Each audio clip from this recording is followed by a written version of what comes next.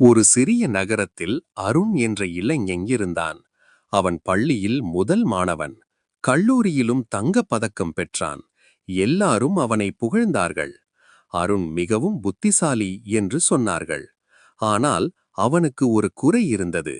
பணிவு இல்லை. பெற்றோரின் வார்த்தைகளையும் மதிக்கவில்லை. ஆசிரியர்கள் சொல்லும் அறிவுரைகளை அவன் பெரிதாக எடுத்துக்கொள்ளவில்லை. எனக்கு எல்லாம் தெரியும் என்ற எண்ணம் அவன் மனதில் இருந்தது. ஒரு நாள் அவன் ஒரு பெரிய நிறுவனத்தில் வேலைக்குச் சேர்ந்தான். அங்கே அனுபவம் மிக்க ஒரு மூத்த ஊழியர் அவனுக்கு சில வழிகாட்டுதல்கள் கூறினார். அருண் அதை அலட்சியமாக எடுத்துக்கொண்டான். சில நாட்களில் அவன் ஒரு முக்கியமான திட்டத்தில் தவறு செய்தான். அந்த தவறால் நிறுவனம் பெரிய இழப்பை சந்தித்தது. அப்போது அந்த மூத்த ஊழியர் அமைதியாக கூறினார், கல்வி மட்டும் போதாது, அதை எவ்வாறு பயன்படுத்துவது என்பதும் முக்கியம். அதற்கு அடக்கம் தேவை. அந்த வார்த்தைகள் அருணின் மனதில் பதிந்தது. அவன் தனது தவறை உணர்ந்தான். அதன்பின் பெரியவர்களை மதித்து பணிவுடன் நடந்து கொள்ள ஆரம்பித்தான். அறிவை அடக்கத்துடன் இணைத்தான்.